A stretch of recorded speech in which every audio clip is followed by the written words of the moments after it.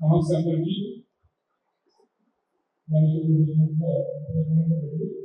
Telangana development కూడా ఉంది.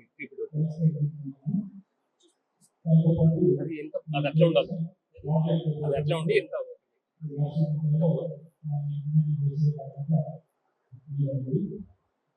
గత 2 నెలల్లో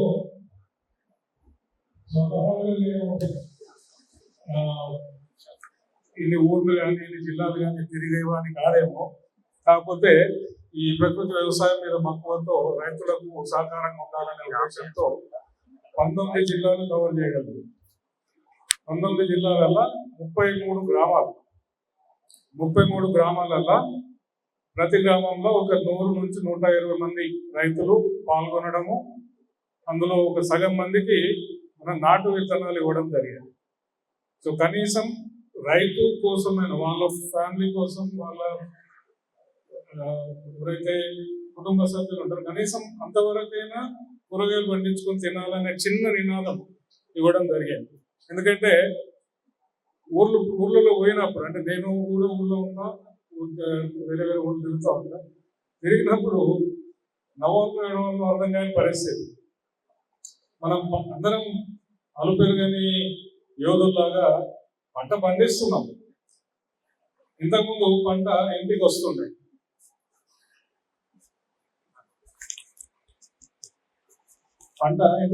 అందరం చూస్తుంటే మన మామూలుగా పండుగలు ఉన్నాయి కదా, సంక్రాంతి అంటే పంటల పండుగ. కానీ ఇప్పుడు పంటలు ఏమవుతున్నాయి, పొలం నుంచి అడ్డే వెళ్ళిపోతాయి, ఇంటికి రావు, ఇంటికి గడపదు ఒక్కయి అన్నా. అది ఏమైందో కూడా మన తెలియదు, ఇంట్లో కూడా తెలియదు. సరే పంట పండింది, కోసేసి మిషన్ కోసేసింది, బ్యాగులు ఆన్లైన్ నింపేసి వెళ్ళిపోయాయి, తెలియదు మనకి ఏమైందని. పైసలు వచ్చినాయా లేదా లెక్క, అవునా? మళ్ళీ అదే రోజు నీళ్ళు వారబెట్టి అంత చేసి మోటార్ బంద్ చేసుకొని వచ్చేటప్పుడు 5 కూరగాయలు తీసుకురా అని, బీరకాయ తీసుకురా, వంకాయ తీసుకురా అని అంటే పోయి షాప్లో కొనుక్కొని వస్తున్నాడు. ఇది మన పరిస్థితి. రైతు పట్టణంలో న్యాయం ఉంది. ఇంకా ఆడోటి కూడి పెట్టుకుంటూ 2-3 కూరగాయలు వస్తుంది. ఊర్లలో మొత్తానికి బంద్ అయిపోయింది. దాని పరిణామం ఏంది? ఇప్పుడు ఎంతమంది ఇక్కడ ఏ ఒక్క ఇంట్లోనన్నా రోగాలు లేని కుటుంబం ఉందా? ఒక్కరన్నా రోగాలు లేని కుటుంబం ఒకటన్నా ఉందా? ఏం చేద్దాం, నవ్వుదామా ఏడుద్దామా? ఎవరి వల్ల జరిగింది ఇది? ఎవరు కారణం? ఎవరు? గవర్నమెంటా, లేకపోతే ఫారిన్ హ్యాండా, పాకిస్తానా, బంగ్లాదేశా, ఇంకెవరి పేరని చెప్పడం? మనం ఇవన్నీ చేతులారా చేసుకున్నాయి. నేను ఇక్కడనే కాదు, అమెరికాలో ఉన్నప్పుడు కూడా సొంత నేను ఒక ఉల్లిగడ్డ ఆలుగడ్డ తప్ప నేను అన్ని మా ఇంట్లోనే పండించి 25 ఏళ్ళు. ఇప్పటికీ మా ఇంట్లో 5 మెంబర్స్. హాస్పిటల్ పోయే అవసరము దేవుని దయ వల్ల రాలేదు. దానికి నా భార్య కానీ నేను కానీ చేసిన చిన్న ఒక రోజుకు గంట ఇంకా టైం పెట్టుకుంటాం, సాఫ్ చేసుకుంటాం, కూరగాయలు పొద్దున పోయి తెంపుకుంటాం 2 రోజులు ఫ్రెష్గా. ఎన్నేళ్ళు అయింది మీరు తినక ఫ్రెష్ ఫుడ్? కూరగాయలు తెంపుకొచ్చి వండుకున్నది గుర్తుందా? అన్ని బయట వాళ్ళకి అప్పచెప్పేసినాం. మన పిల్లలకు చదువులు ఎవరో చెప్పాలి, మన విత్తనాలు ఎవరో తెచ్చి ఇవ్వాలి, మన మట్టి సారం కావాలనంటే ఎవరో అమ్మాలి.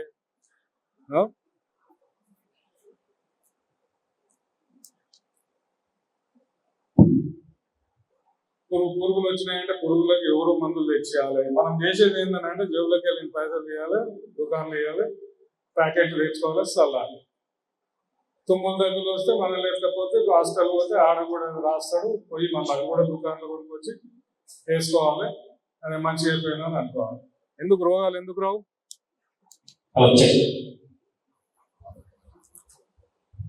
రోగాలు రావాలంటే ఎట్లా రావు? మనకు దగ్గర ఆలోచన పరంగా కానీ అనొచ్చు అనరాదు తెలియదు. కానీ నేను ఫార్మసిస్ట్గా పనిచేసిన, అంటే రోజుకు 200-300 మంది పేషెంట్లకు మందులు ఇచ్చి ఏం చేయాలి, ఏం చేయదు, ఏం తినాలి, ఏం తినొద్దు అని చెప్పి అదే మళ్ళీ మొక్కలు వారానికి ఒకసారి వస్తే ఎన్నిసార్లు చెప్తాం? విసుగు వచ్చి బాధ అనిపించి చిన్న పిల్లలు సంకలు వేసుకొని వస్తే ఆ ముక్కు కారుతుంటాయి, చెవులు మూసుకుంటాయి, ఏడుస్తూ ఉంటారు, కళ్ళు ఎర్రగా ఉంటాయి.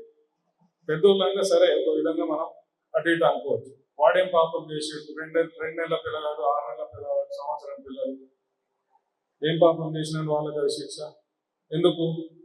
ఎవరికి వండుతందుకు టైం లేదు, పండిస్తేందుకు టైం లేదు.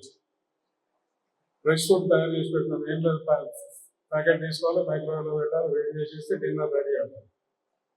మనం కూడా దగ్గర దగ్గర అడిగే వచ్చాం. తెలంగాణలో కానీ ఇండియాలో కానీ ప్రపంచవ్యాప్తంగా కూడా అభివృద్ధి ఎక్కడ జరుగుతుంది ఆలోచించరా? ఫాస్ట్ ఫుడ్ ఏడవాడు కడాయి తింటాడు, తన కొడుతుంటాడు. ప్రతి ఊర్లో ప్రతి గల్లీలో వచ్చేసింది కదా, మనకు వండే అవసరం లేదు. అంత చెప్తే ఫోన్ చేసినా లేకపోతే ఎవరు వచ్చి డెలివరీ చేస్తే మనం తింటాం, దుడ్డికి రావు. రెండవ అభివృద్ధి ముఖ్యంగా ఏడికి పోయినా ఇప్పుడు హాస్పిటల్, థియేటర్ల కంటే కూడా, షాపింగ్ కాంప్లెక్స్ల కంటే కూడా బ్రహ్మాండమైన బిల్డింగ్ ఏవి అంటే హాస్పిటల్. వాళ్ళ జోబ్లకి వెళ్ళి పెడతారా పైసలు? మన జోబ్లకి వెళ్ళి పోవాలి కదా, మనం ఇస్తే అవి అందాల మేడలు తయారవుతాయి. అలా ఓమ ఎందుకు తినాలో తెలుసా? జీడి పండు అని ఉంటుంది, గుర్తుందో లేదో చాలా మంది. తుమ్మికూర, ఎన్నో రకాల పదార్థాలు మన చుట్టూ పెరిగేటి వాటితోని మన రోగాలు తక్కువ అయ్యే విధానాలు ఉన్నాయి. మనం చేయాల్సిందల్లా కొంచెం తెలుసుకొని పాటించడం అంతే. కనీసం మన ఇంటి మందం పండించుకొని తినేదాంతోనన్నా మొదలు పెడతాం. అదే నా చిన్న నినాదం. గత 2 ఏళ్ళు అదే చేసిన నేను.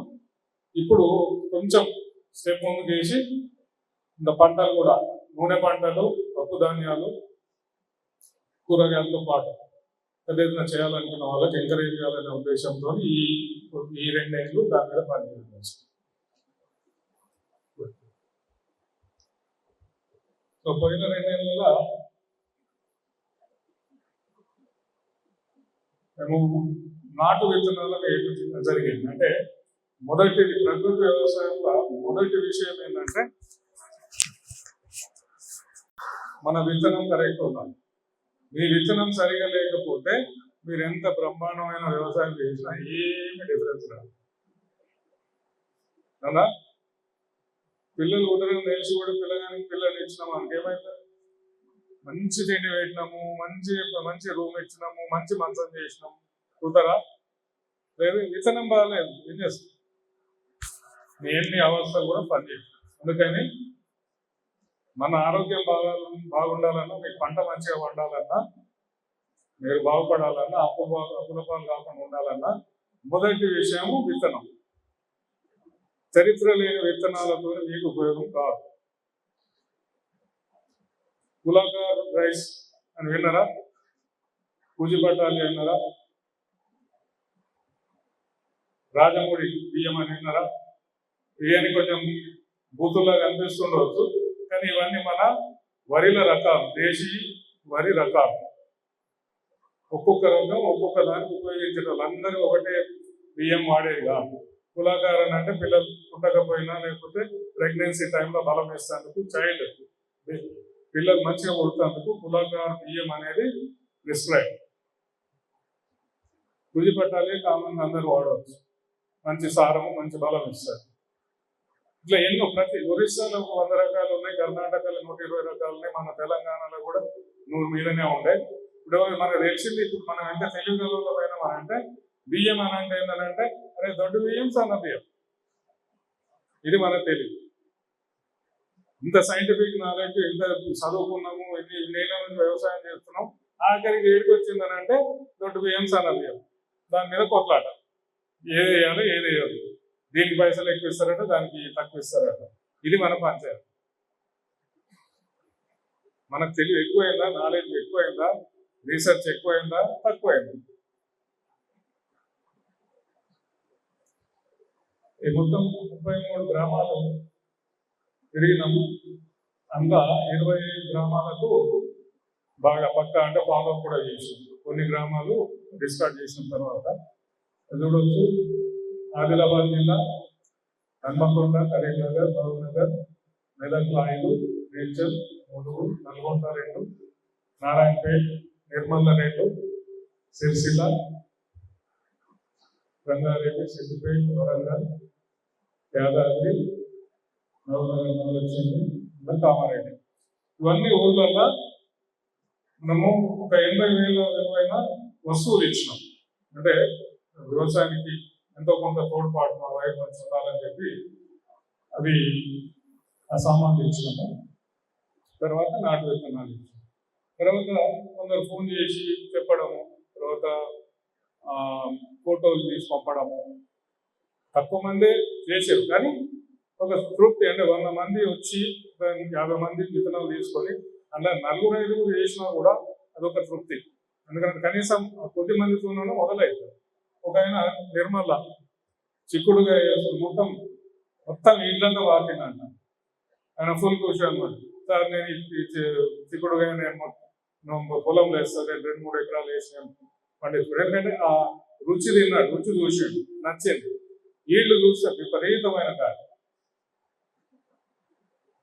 సో అట్లా ఒక్కొక్క దాంట్లో ముందుకు వచ్చారు. ఇప్పుడు మనకు మహబూబ్ నగర్ తర్వాత వికారాబాద్ లాస్ట్ విలేజెస్ ఉన్నాయి.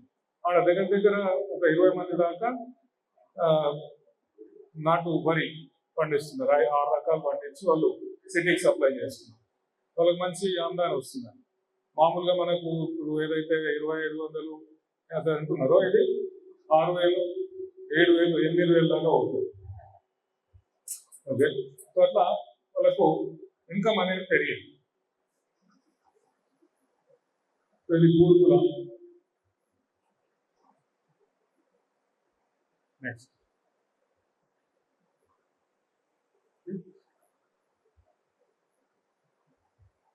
బుర్సాపూర్, మురుగు, పెర్లపల్లి, నల్గొండ, మన ఇక్కడనే గ్రామ పార్టీ మన మరిగూడ. మనకి ఇక్కడ గ్రామ పార్టీ వాళ్ళది హార్టికల్చర్ పాలిటెక్నిక్ ఉంది. ఆ పిల్లలందరికీ మేము ట్రైనింగ్ ఇచ్చినాం, వాళ్ళకు కూడా ఎక్విప్మెంట్ ఇచ్చినాం.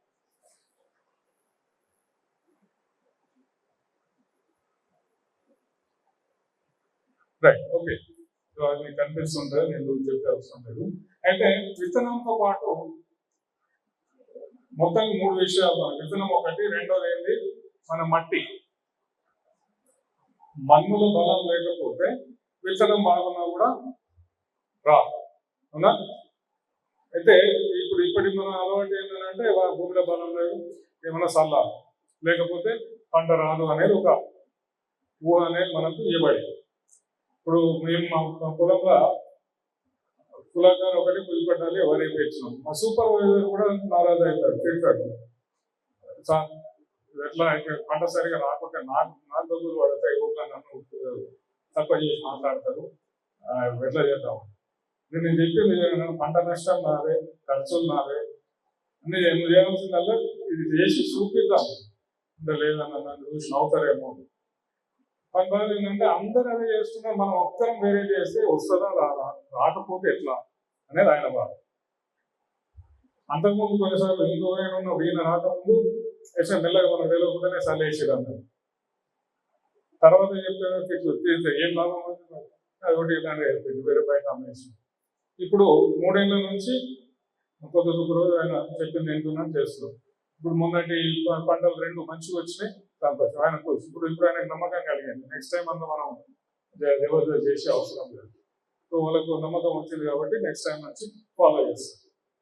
చేసింది ఏం లేదు, ఆవు పెండ మూత్రం, మా గోశాల ఉంది, 10 ఆవులు ఉంటాయి. పెండ మూత్రం 2 మంచిగా దట్టంగా ముందే వేసేసి మురగనిచ్చినాం. వారం 10 రోజులు అయినాక నవధాన్యాలు కొంచెం వేసి మళ్ళీ రొటేట్ చేసాం, నారేసినాం. తర్వాత నాటు ఏ రోగం లేదు, ఏ వీక్నెస్ లేదు, మంచిగా బలంగా వారంతా మంచిగా పడింది. మన కోసేది ఇప్పుడు ఎండబెట్టి ఇప్పుడు వాళ్ళకు నమ్మకం. పురుగు లేకుండా సేమ్ కృపామృతం, జీవామృతం, అగ్నివస్త్రం, నీమాస్త్రం అన్ని మామూలుగా అవసరమైనంత వాడి. ఆ మామిడి తోట, జామ తోట కూడా ఆ విధంగా మెయింటైన్ చేస్తాం. తింటే తెలుస్తుంది అంటే ఇది దీనికి దానికి ఎక్కడ తేడా వస్తుంది. తింటే ఇది జామకాయ అంటే ఇది అనేది మనం చెప్పగలం. మన ముదువారినైతే మనకేం అర్థం కాదు. నిజమైన తిన్నప్పుడు మామిడి పండు తింటే ఒక్కటి తిన్న సార్లు పోయి ఇది 40 ఏళ్ళ కింద తిన్న టేస్ట్ గుర్తొచ్చింది కదా. అది పంట. ఎన్ని కింటాలు వచ్చింది కదా, తింటే ఎంత తృప్తి కలిగింది. ఎందుకంటే శరీరము ఆకలితో కాదు, ఆకలి కూర్చారు కాదు, నిద్ర సుఖం మెరుగు శాస్త్రం ఉంది కదా. ఆకలికి కడుపు నింపుడు ఒకటే కాదు, రుచి తెలుసుకోవాలంటే ఇవాళ ఏం తినాలనిపిస్తుంది నాకు, ఆ రుచిని మనం తీసుకొని దాన్ని నిజంగా స్వచ్ఛంగా ఈ రుచికి ఈ పదార్థానికి సంబంధం ఉండాలి. పదార్థం అంటే పదార్థం అంటే అదొక పదం, అంతే. పదం వేరు, అర్థం వేరు. మామిడి పండు అంటే పదం, దాని నుంచి వచ్చే సారం అర్థం. అర్థం అంటే మనం గ్రహించేది కదా, సంపాదన. పదము అర్థం రెండు కలిస్తే ఆ గుణాలు సేమ్ అయినప్పుడు అది పదార్థం అయింది. నీకు చూపించేది ఒకటి అండ్ నీ లోపల పోయేది ఒకటి. ఇప్పుడు రైతు వెళ్ళమని వాడికి తింటే రంగు పోసి ఇచ్చేమనకు, అది రుచి ఎడికెళ్ళి వస్తుంది, అది మనకు లోపలికి పోతే దాని అర్థం ఎడికెళ్ళి వస్తుంది. అందుకని ఎన్ని తిన్నా కూడా ఇంకా ఆకలి ఉంటుంది, ఇంకా తినాలనిపిస్తుంది. అందుకని తృప్తి రావాలి. రుచి తృప్తి అనేది రెండు కాంబినేషన్. రుచి దొరికినప్పుడే, రుచికి సంబంధించిన పదార్థం మన లోపలికి పోయినప్పుడే కానీ తృప్తి అనేది జరుగుతుంది. ఎప్పుడైతే తృప్తి ఉంటుందో నీకు పెద్దగా డిమాండ్ ఉంటుంది. లేదనుకో గంటకు మళ్ళీ ఏదో తినాలనిపిస్తుంది. అట్లా తిని తిని తిని ఊరుడు తప్ప ఇంకేం ఉండదు. లివర్ పాడవుతుంది, కిడ్నీలు పాడవుతాయి, మెదడు పాడవుతాయి అని ఒకటి పాడైనా కాదు కదా. అన్ని ఒకటేసారి పాడే అవసరం లేదు. ఏదో ఒకటి వీక్ ఉంటుంది, అది పాడైపోతుంది, అయిపోతుంది, అడ్డం పడతాం. అందుకని సాయిల్, మట్టి అనేది మనము ముఖ్యంగా ఎంత వీలైనంత ప్రకృతి సిద్ధంగా దాన్ని బలోపేతం చేయాలి. అట్లనే మూడో విషయం ఏంటంటే ఈ పురుగుల మేనేజ్మెంట్. మనం మిత్ర పురుగులు కనుక కాపాడుకోగలిగితే శత్రు పురుగులు అదే కంట్రోల్ ఉంటాయి. ఏం చెప్పిందంటే సంపుడు మాత్రమే తెలుసు మనకు, అది ఇదే అదా మంచిగా చెడ ఏం లేదు. దొడ్డు బియ్యం సన్న బియ్యం జ్ఞానం ఇది కూడా పురుగులు చంపేద్దాం అన్ని చంపేసినాక మరి అది మన లోపలికి పోతే మనల్ని కూడా చంపుతుంది కదా. సావాలనుకున్నప్పుడు తాగేది అదే కదా. మళ్ళా బయట ఎక్కువ కష్టపడే అవసరం లేదు, ఇంట్లోనే ఉంటుంది డబ్బా. సో చంపడము సావడం కాదు ఇక్కడ కావాల్సి, మనము బతికియాలి. మనకు ఉపయోగపడేవి పురుగులే, కొంచెం నష్టం చేసేది పురుగులు. ఇవి ఉన్నప్పుడు అవి కంట్రోల్లో ఉంటాయి. మన కొలెస్ట్రాల్ కూడా అంతే, గుడ్ కొలెస్ట్రాల్ ఉంది, బ్యాడ్ కొలెస్ట్రాల్ ఉంటుంది. కొలెస్ట్రాల్ పెరిగింది అని కంట్రోల్ చేసేది గుడ్ కొలెస్ట్రాల్. అన్ని కొలెస్ట్రాల్ ఒకటే కాదు. అట్లనే పురుగులలో కూడా మిత్ర పురుగులు, శత్రు పురుగులు అని ఉంటాయి. అన్ని బతకాలి. మనము అహింసవాదం ఏమైందంటే దేని చంపాల్సిన అవసరం లేదు, నియంత్రిస్తే చాలు కదా. ఊళ్ళో ఒకటో ఇద్దరు లంగగాలు ఉంటారు. ఇప్పుడు అని కొట్టుడు సంపుడు కాదు కదా, కానీ మీరు కంట్రోల్లో పెట్టాలి. ఎంత పనిష్మెంటో లేకపోతే దానికి వేయడమో చేస్తాం కదా. ఇట్లా పనిష్మెంట్ ఇచ్చి దాన్ని అందరినీ తప్పేద్దామని అంటే ఆఖరికి ఓటు అందరు తప్పు చేస్తాం కదా. ఇట్లే పురుగుల్ని కూడా మనము నియంత్రించాలి, చంపడం ముఖ్యంగా. సహజంగా పురుగుల్ని కూడా మనం ప్రకృతి సిద్ధంగా మేనేజ్ చేయవచ్చు. ఒకప్పుడు ఉండేదంతా వాయిలాకు, గానుగాకు, రకరకాల విధానాలు పాటించేటోళ్ళు. ఇప్పటికీ మా భూమిలో మేము చేస్తున్న దాంట్లో ఎక్కడ కూడా నాతో పాటు ఇంకా కొందరు ఉన్నారు వ్యవసాయం ప్రాక్టీస్ చేస్తున్నారు, ప్రకృతి సిద్ధంగా చేస్తున్నారు. ఎవరి దగ్గర కూడా మాకు ఈ శత్రు పురుగుల బాధ అనేది పెద్దగా లేదు. ఎందుకంటే మిత్ర పురుగులు కాపాడుకుంటున్నాం. మెయిన్ అది విత్తనం కరెక్ట్ ఉంటే అది బలం ఉంటుంది, దాన్ని తట్టుకునే శక్తి ఉంటుంది, అది బ్రహ్మాండంగా కాపాడుతుంది. ఆ వంకాయ చెట్టు చాలా మంది వంకాయ మస్తు పురుగు వస్తుంది. నేను వంకాయల రకం ఒకటి ఇచ్చినాను ఒరిస్సా నుంచి, చీమ వంకాయ అదో. సో అది ఇంత పెరుగుతుంది, విపరీతంగా కాస్తుంది. ఇప్పటివరకు నేను దాంట్లో పురుగు అంటే చూడలేదు. మామూలుగా అంటాం కదా వంకాయ మిరపకాయ పురుగు బాగా వస్తుంది అని, మా దగ్గర చూడలేదు. అది మళ్ళీ చెట్టు కూడా ఇంత పెద్దగా వస్తుంది, దగ్గర డబుల్ టైం బతుకుతుంది. ఖాతా అనేది డబుల్ వస్తుంది. ఇప్పుడు ఎక్కువ అదే మేము అందరికీ పంచుతున్నాం, రైతులకు ఇచ్చింది కూడా. ఇట్లా విత్తనము, మట్టి, పురుగుల మేనేజ్మెంట్, ఈ మూడు కనుక మనము కెమికల్స్ బంద్ చేసి ప్రకృతి సిద్ధంగా కనుక చేసుకోగలిగితే మనకు ఆనందం జరుగుతుంది, మనకు ఇన్కమ్ వస్తుంది. మనం పండించిన దానివల్ల తిన్న వాళ్ళు బాగుపడతారు, వాళ్ళ ఆశీర్వాదం మనకు వస్తుంది.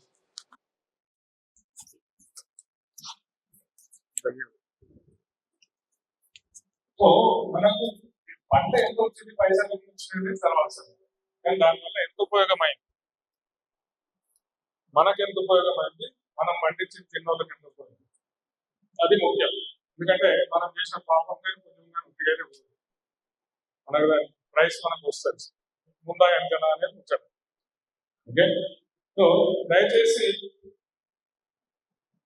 ఈ మూడు విషయాలు ప్రకృతి సిద్ధంగా ఎట్లా చేయాలి అనే విషయం మీద మీరు దృష్టి పెట్టి మొదటగా కనీసం మీ కుటుంబం వరకు చేసుకొని మీకు సంతోషం అనిపించి బాగుంది, నేను ఇంకో 10 మందికి నేను చేసి పెడితే దాంతో ఇన్కమ్ కూడా పెరుగుతుంది అనే నమ్మకం మీద చేయదలుచుకున్నప్పుడు వారి పెద్ద సైజు పోవచ్చు.